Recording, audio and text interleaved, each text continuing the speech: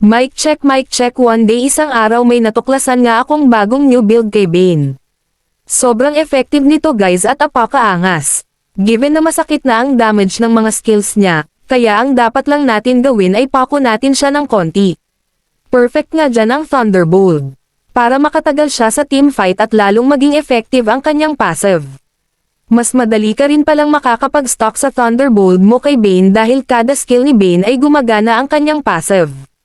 Nag-e-infuse si Bane ng tidal energy sa kanyang espada at lumalawak din ang radius ng kanyang basic attack. Kumbaga malakangka siya ng Dota 2. Ang kaibahan lang ay barko ang napapalabas ng ulti ni Kangka at kay Bane naman ay Raging Shark. Heto na nga ang unang turtle. Dito natin masusubukan kung gaano kakunat ang naka-Thunderbolt na Bane. 3v3 ang magiging laban dahil wala pa yung tank namin. Ako nasasalo lahat ng damage sabay Cecilion at Layla ang baalang pumitas. Ultimo yung Karina walang nagawa sa kunat ng Thunderbolt ko. Tatlo nga sa kalaban ang mawawala, may libreng turtle pa. Next kong ang binuo ay Heptasis. Makikita nyo nga dito na sobrang katina ng damage ko, kahit yung tank na Carmilla nanlambot sa first skill ko. Literal na isang bala ka lang. Naaltihan pa yung Carry at Karina kaya wala na din silang takas. Literal na double kill ang double K. Heto pa ang isang example ng kakunatan ni Bane kapag naka-Thunderbolt. Makikita nyo mapapana ako ni Selena. Sabay stun ulit ni Carmilla at watching ni Selena pero nabuhay pa din at mapapatay ko pa si Carmilla. Napakalupit talaga ng Thunderbolt. Wala nang no choice ang mga kabalan kung hindi tumakbo kapag nakita na ako. Lagi pang on point ang first skill ko kaya sabog ang tatamaan nito.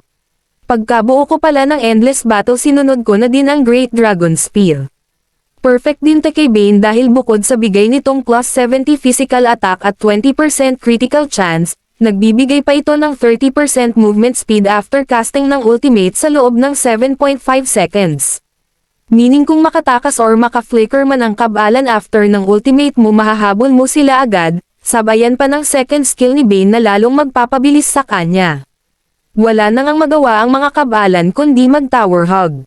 Halos hindi na sila makalabas ng base kasi panigurado magiging casualty lang sila. Katulad na lang nitong edit nila na naglakas loob mag-cut ng minions. Buwis buhay si Idol, na mamag-asa pang mananalo sila. Sa bagay kahit sino naman, hanggat may tore may pag-asa. Ang kaso hindi nila alam sa Bamban lang may pag-asa. Balak ko pa nga sanang mag-lord kaso gusto na tapusin ng mga kampi ko. Ayaw na nila pagbigyan baka makambak Israel pa.